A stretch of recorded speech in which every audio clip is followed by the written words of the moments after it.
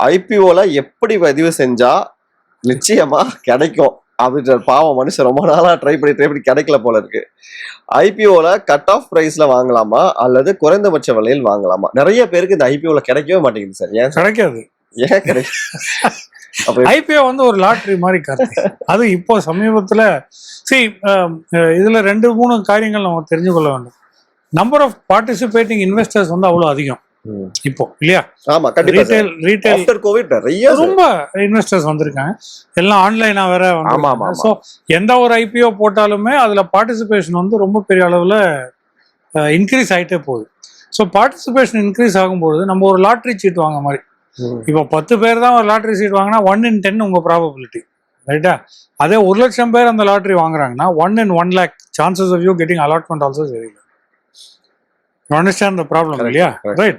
So இப்படி இருக்கும்பொழுது chances வந்து ரேண்டம் தான். இது கிடைக்கும் கிடைக்காதுன்றது அந்த ஐபிஓ சைஸை பொறுத்து தான் நம்ம கேஜ் பண்ண முடியும்.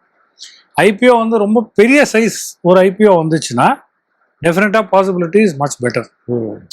ரீட்டைல் ஸ்ப்ரெட் அதிகமாக இருக்குது, எத்தனை பேர் அப்ளை பண்ணலாம், நமக்கு ஒரு probability of getting is high. சின்ன ஐபிஓ, அதாவது நம்பர் ஆஃப் ஷேர்ஸே வந்து 1 லட்சம் ஷேர் தான் இருக்குது, இதில் போய் நம்ம பார்ட்டிசிபேட் பண்ணால் சான்சஸ் வந்து கிடைக்காது. ஏன்னா அதில் ப்ரைவேட் பிளேஸ்மெண்ட்டில் கொஞ்சம் போகும். ஹை இன்வெஸ்டர்ஸ், ஹெச்என்ஐ இன்வெஸ்டர்ஸுக்கு ஒரு செக்மெண்ட் இருக்கும். அண்ட் ஸோ ஆன் ஸோ நமக்கு வந்து ஒரு 60-40 வாட் எவர் அந்த ரேஷியோவில் தான் வரும். அதில் வந்து 1 லட்சம் பேர் வந்து பார்ட்டிசிபேட் பண்ணால் நமக்கு கிடைக்கிறது கஷ்டம்.